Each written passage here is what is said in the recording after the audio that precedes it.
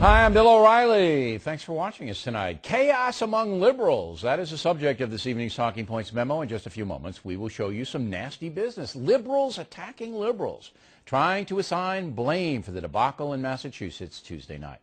Basically, it comes down to this. The far left believes President Obama is not radical enough. The moderate left believes the far left loons are killing the Democratic Party. No matter what you believe, there's no question the election of Scott Brown in Massachusetts has badly damaged the Democratic agenda, especially Obamacare. In its present form, without any change, I don't think it's possible to pass the Senate bill in the House. I don't see the votes for it at this time. Indeed. Now, for conservatives, this is all great fun, watching the left descend into turmoil. Today, the New York Times published an editorial about the Bay State election that is simply hard to believe. Quote, "To our minds, it is not remotely a verdict on Mr. Obama's presidency, nor does it amount to a national referendum on health care reform." Unquote.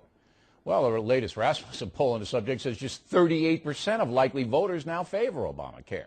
Memo to the editor of the Times. Do the words tone deaf mean anything to you? No referendums needed. Health care is dead in its present form.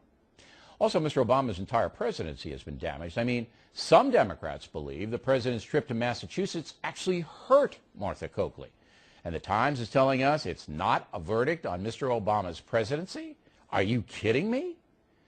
All of this tells Talking Points the left has not learned anything from the elections in Virginia, New Jersey, and Massachusetts. Somehow, uber liberals believe that regular folks think the way they do, that massive government spending is horrific, that a nanny state can solve all problems. I mean, how out of touch are these left-wing people? The crazy left media outlets are all in desperate shape, and the mood of the country has shifted dramatically to the right. In the face of all that, the committed left continues to blame everything on the Bush administration, conservative radio commentators, and Fox News. Paging Rod Serling, the Twilight Zone is back. Talking Points embraces political analysis, not ideological nonsense. We do not drink anyone's Kool-Aid here. And it's obvious the American people don't like what they're seeing in Washington right now.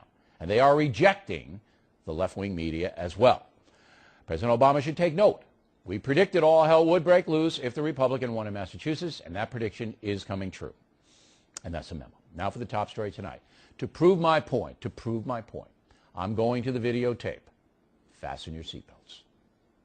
But you say the voters are irrational. They somehow send smoke signals in their voting. They vote for a conservative Republican who's totally against health care to tell the country they want a progressive health care program. That's crazy. We know what they did. Are voters crazy? Are voters crazy? Chris, there's only one crazy person around here, and I may hold up a mirror. You may see him in a minute here. Don't be silly.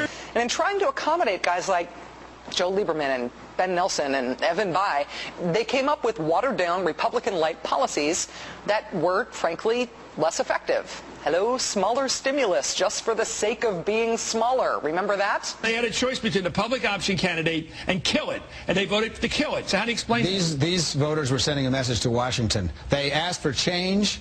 But she said, I want to give you the public option. We've had a year of dealing with every interest group, the banks, you're the whistling insurance past companies. The graveyard here. I don't think so. She ran for the public option. Our polling shows what it shows. But she's for the public option. She got blown away. It's been a great disappointment to a lot of people. I would just argue that the hype on Obama was entirely unrealistic. I mean, in some ways, people projected onto Obama a kind of messianic, he's going to come in and change the world. It was almost new age. And as a matter of fact, I mean, when Obama was running, I never did drink that Kool-Aid. Suppose Coakley had won. You would have said that was a victory for progressive Democrats, wouldn't it? No, I would have said if she won? Thank God the right person won. In other words, if she wins, that's a victory for your side. If she loses, that's a victory for your side. No, I don't think it's a victory for our side. You said that your side won because the polling showed that people Chris, really I haven't hardly said anything. You used up all the airtime in this interview. You crazy sons of bitches, you right-wingers. Do you not understand that the people you hold up as heroes bombed your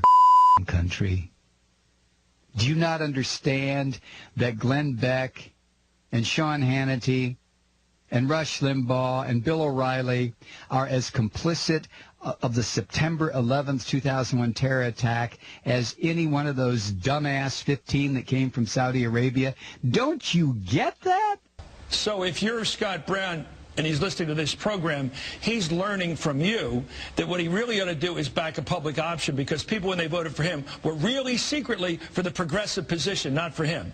His position. Are you saying that's what he should read the voters as saying? You're being silly, and you know very well they're not saying that. It would be in his political self-interest to vote for the public option, you're saying.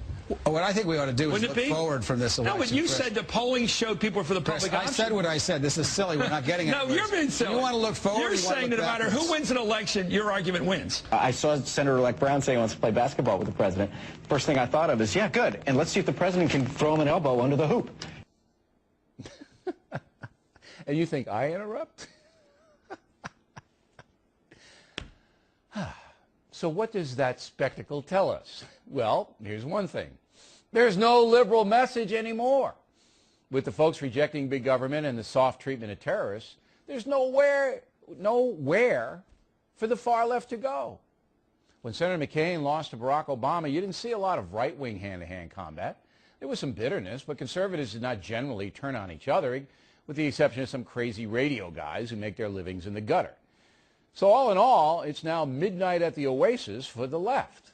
They have no message. They have no plan. While the right was crushed in November 2008, conservatives are now having some revenge. We'll see how that